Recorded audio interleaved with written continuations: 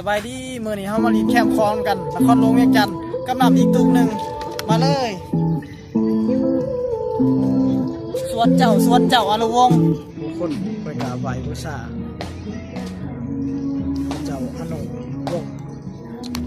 เป็นเมืองขวัญของสาวลาวเป็นบรรพบุรุษคนก็มากราบไหว้เมื่อนึงก็บ่ต่ำกว่า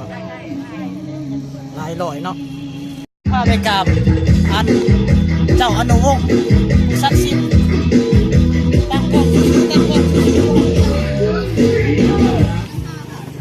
ฉันจะหาซื้อดอกใหม่ก่อนพวกบัวกันหาเอาให้เนี่ยตั้งนึง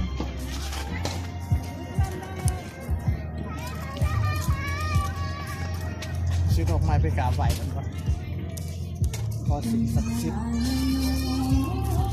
น้ำตำรวจ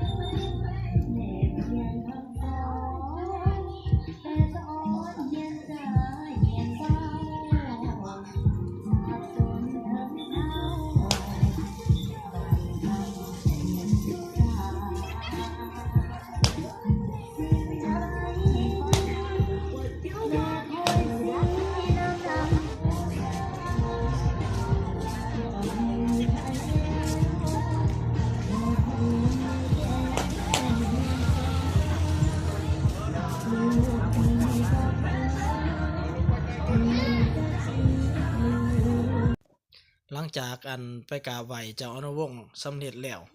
สิพาไปเบิ่งไดโนเสาร์วันนี้มาแล้วก็สถานที่ลินอยู่ในสวนเจ้าเฮานี่ล่ะเนาะมาพี่น้องมาเบิ่งไดโนเสาร์กันบัดนี้ไดโนเสาร์อยู่ลาวก็มีเด้จะเสียบปีกเขาไดโนเสาร์ติ่งได้เซย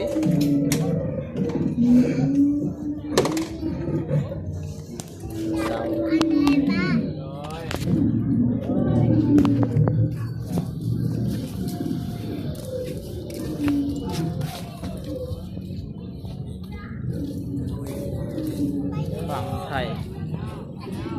ศาสตร์สวยงามผู้สาวเท่าไรปีนี่โอ้บ่ได้เบิ่งแล้วสนะเงินบ่มีบ่หลายเอาถ่ายเอาลง YouTube ซะในรูเสานี่ผู้สาวผู้น่าฮักนี่เพิ่นขายปี 10,000 กีบเพิ่นว่าขอบใจซะนะ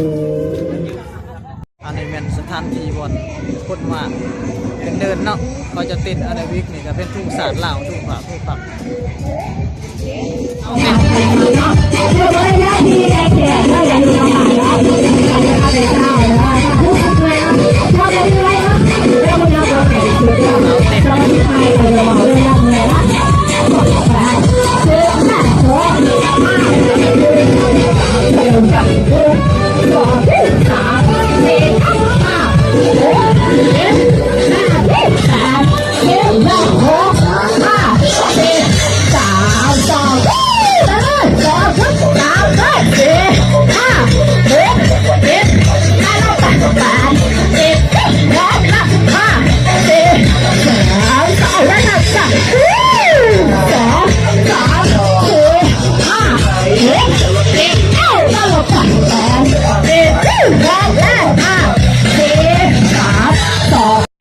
คนคืน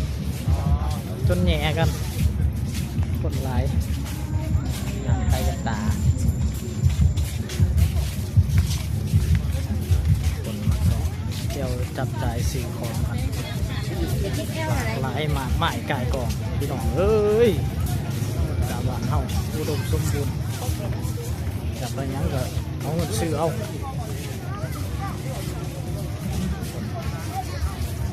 บรรยากาศการ จำเป็นของเอาทำนี่ละโจไว้สมิซะก่อนสภาพของตลาดแรกเดี๋ยวเรียกของผู้คนขายเครื่องขายของผู้ซื้อผู้ขายหลากหลายขายเครื่องเป็นของผลิตภัณฑ์ลาวเฮาคนหลากหลาย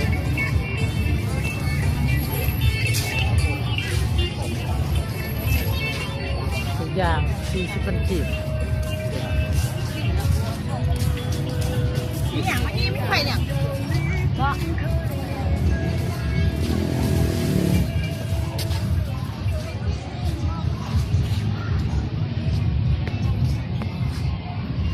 ต้องหาบ้างหาที่ทำกินทุกปี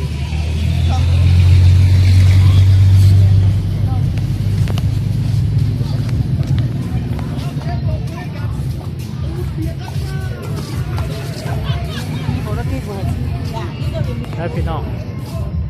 มาเบิกการตลาดแรกที่แคมป์ของเนาะ